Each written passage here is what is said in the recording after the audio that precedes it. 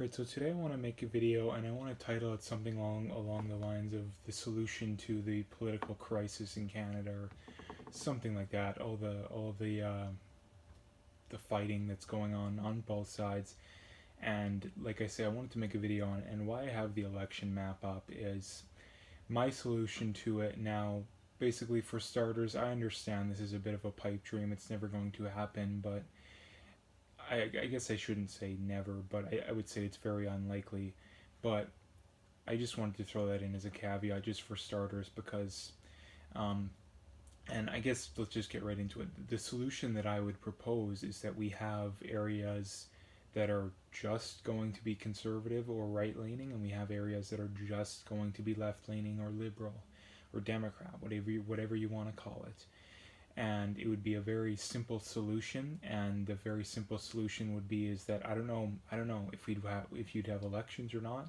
I think you would, but the elections would be between, in the conservative areas, the more the mainline, right, center right leaning people, and the more hardline libertarian, I wouldn't say Donald Trump, because I think he's very left leaning on some issues, namely the social issues, but more of the hardcore free market people, I guess, would be the better way of putting it.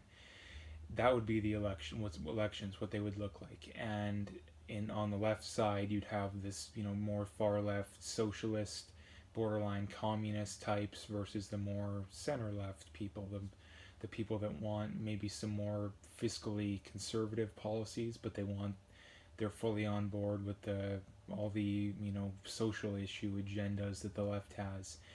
And to me, it seems like a pretty good solution. Like, I don't really understand it. Like, you know, for the left leaning people in Alberta, they could easily move to Vancouver or Ontario or Quebec or Eastern Canada, and vice versa. And personally, like I say, obviously I'm in Alberta, a more right leaning province. If I was in Ontario or Quebec or Atlantic Canada, I would love to move. Like, personally, I'm looking to move. I'm looking to move to a better area already, and that's mainly because the provincial conservatives can only do so much. They kind of have their hands tied, and I don't even know if, even if they did get everything done that they wanted, if it would make enough of a difference. Personally, that's what I believe. But yeah. So I am looking to move. You'd more than likely have to move to the States. The problem with that is that they don't just let anyone come in. I mean, unless you come in from Mexico or Central America, but I know the Trump government's trying to get that under control. But so, in essence, there really isn't anywhere for someone to move that's fed up with the way things are currently done or currently being done, and that's something that really bothers me. And under this solution, well, there would be something, because you could have, like I say, just conservative areas, just liberal areas, and everyone in theory would get along. And getting into the reasons why this wouldn't get done. Number one, I don't think the left would go for it. For the simple reason being is that when you're on the left, you need makers. The problem is people on the left generally are takers. But the problem with that is they would say, well, they should agree with that. Like, no more conservatives. They should love that. Well, the dumb people on the left would, but the people at the top, and even a lot of the ones like the normies, they wouldn't admit it to your face, most likely, but they know that to fund all these crazy socialist policies, they need a lot of people paying taxes, and everyone knows that the majority of taxes are paid by conservatives, the working people. And if those people were gone all of a sudden, well, the only way they could fund their crazy socialist free healthcare, free everything, is through debt, which they're currently already doing to an extent, but it would almost exclusively have to be done through debt. The problem with that is you'd be Zimbabwe, where $1 million is worth, a dollar or two equivalent nowadays, and that's what would happen, and that's what happens in socialist countries. It's just happening a lot slower in places like Canada and the U.S. I mean, it's happening. Like, I mean, you've always hear your grandparents about how, you could get a can of pop for 10 cents back in the day, and you could get a full, can of pop and lunch at school, or, when you're at work for $1 or $2 nowadays. That's, you know, at least 10, if not 15, $20. So that stuff's happening. It's just happening a lot slower.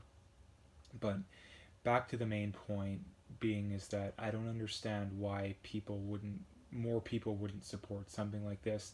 Now, the other point I think that you could bring up to argue that is that people, it's kind of the devil you know better than the devil you don't know, even though it really isn't the devil, but it would be made to be a devil in their minds at least. And that's kind of the reason why I think a lot of people wouldn't go for it. I think people on the right are the one stereotype that is true about people on the right is they're people that don't like change. People on the left like change. The problem is it's usually change that's not for the better. So that's kind of the reasons why the people on the right that wouldn't want to go for it are people who don't like change. And obviously these are generalizations. There's people that don't fit into here, but the majority of people I'm talking about, they don't like change. They wouldn't go for it. And the people on the left wouldn't go for it because they need people to fund their crazy socialist policy or political agendas and the free healthcare and the college and the this and the that. So they wouldn't go for it. And that's why you have, I made the video about Quebec and Alberta, is that Quebec, it's a love-hate relationship in that they love the money they get from Alberta, but they constantly badmouth how the money is made with the oil, basically. Like, because if Alberta wasn't making money off oil, now they're making a hell of a lot less than they once were, but they're still making some. They're bad mouthing it, and it's a classic. It's just arrogance, and like I say, the Wexit movement is growing, and I guess the one other thing to bring up would be, well, where would you do it? But the simple thing is, I think Alberta, Saskatchewan for sure, parts of BC, and then even parts of Manitoba. I mean, you can see most of Manitoba, aside from the parts way up north where no one lives. And I'm not sure what Winnipeg did. I'm guessing Winnipeg didn't go conservative, but I don't know. I know they're kind of right on the conservative boundary looking at the map, but if parts of Manitoba want to come, great. Like, I mean, the more land, the better, right? But Alberta, Saskatchewan for sure, and other than that, I mean, the one thing that would happen is that, like I say, the rest of Canada would inflate the hell out of themselves. Their economies would collapse and they'd come begging, running back. And I think that would be a good thing because we could make them come, at least from a conservative perspective, come and join us under the guise of we're never implementing left-wing policies ever again.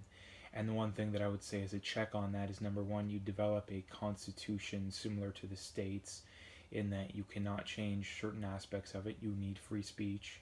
Free speech would be a big one. Gun ownership. One of the first things that would be done would be to abolish pretty much all gun laws. Now, I know that scares a lot of people, but when you look at the states in the U.S. that have done that, they don't have a higher murder rate. So go ahead and look at the murder rates of the constitutional carry states within the U.S. They don't have higher murder rates than the average. So we know that looser gun control doesn't mean more crime.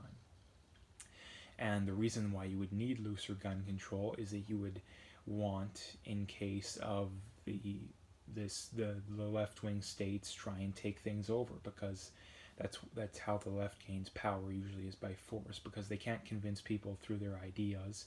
So their way of doing it is through force, or the way Justin Trudeau and a lot of other countries are doing it is just import as many immigrants as you need to get the votes to keep your power, basically. So if something like that was put in, having a very strong constitution that can't be changed would be very important, and it needs to be backed up by gun ownership. And the one argument that people always make with that is that, oh, well, what if they just nuke you? Well, who cares? Like, if they nuke you, there's nothing left. So, and the other thing being is that tyrannical governments always need to be able to roam the streets unimpeded. They would never just nuke you. If that were the case, then why isn't North Korea just nuke their people? Anyone that stands up. Because if they had guns, well, they wouldn't be able to be so tyrannical towards them, right? So the difference between force doesn't make any sense, because a tyrannical government always wants to keep the people oppressed. They don't want to just kill them, because if they did, they would just do that in the first place, right? So that doesn't make any sense. And having the ability to own guns would be very important, because that would be a check on that. It would be a check on that, and it would be a check on any, let's say, BC wanted to join, or Manitoba or Ontario wanted to join up, and their solution be, yeah, we're going to join up, and then we're going to take things over for them, or from them.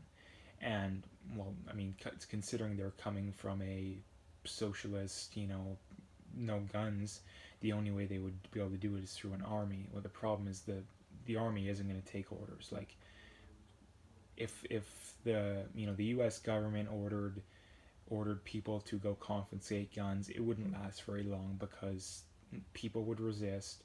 The people ordered to do that wouldn't recognize that and be like, hey, my buddy just got killed, and another one just got killed trying to do this kind of stuff, and they wouldn't follow the orders. Number one, because they'd be unconstitutional. Number two, because they don't want to get killed. So that's another argument that I don't think really makes sense. And the last point being that I would point out is that just because you can come up with one what if scenario that possibly, I mean, most of the time they don't, but possibly disproves or doesn't disprove the theory or what I would propose, doesn't mean the whole thing needs to be disbanded. There's what if scenarios out there right now that show that the current way things are being done is terrible, but no one um, considers that to be enough to get rid of the whole system, lock, stock, and barrel. So, like I say, just because you come up with one what if scenario doesn't mean anything. And like I say, basically bringing it full circle, it's a proposal that I don't understand why people wouldn't go for. The problem is that it would be too hard, because there's so many little things that would come up that would not allow it. But in theory, it's something that I don't know why the everyday person would disagree with, because both sides get what they want, and we can all live happily ever after. Now, obviously, it won't live happily ever after, but at least both sides can get what they want, and we can find, the one thing too is that we could finally figure out which way of running things is better. If a more left-wing socialist system is better, well, go ahead, try it. If a more free market way of running things is better, well, we'll try it, and let the best man win. So I'll leave it there. This is a topic I plan on talking about more in the future, because I think it's important, and Canada's going through some very trying times right now. I mean, the West as a whole, but Canada, I think, is a specific example. And like I said, like I always mention, things are gonna get worse before they get better. So if you like the video, make sure to hit that like and subscribe, and stay tuned for more.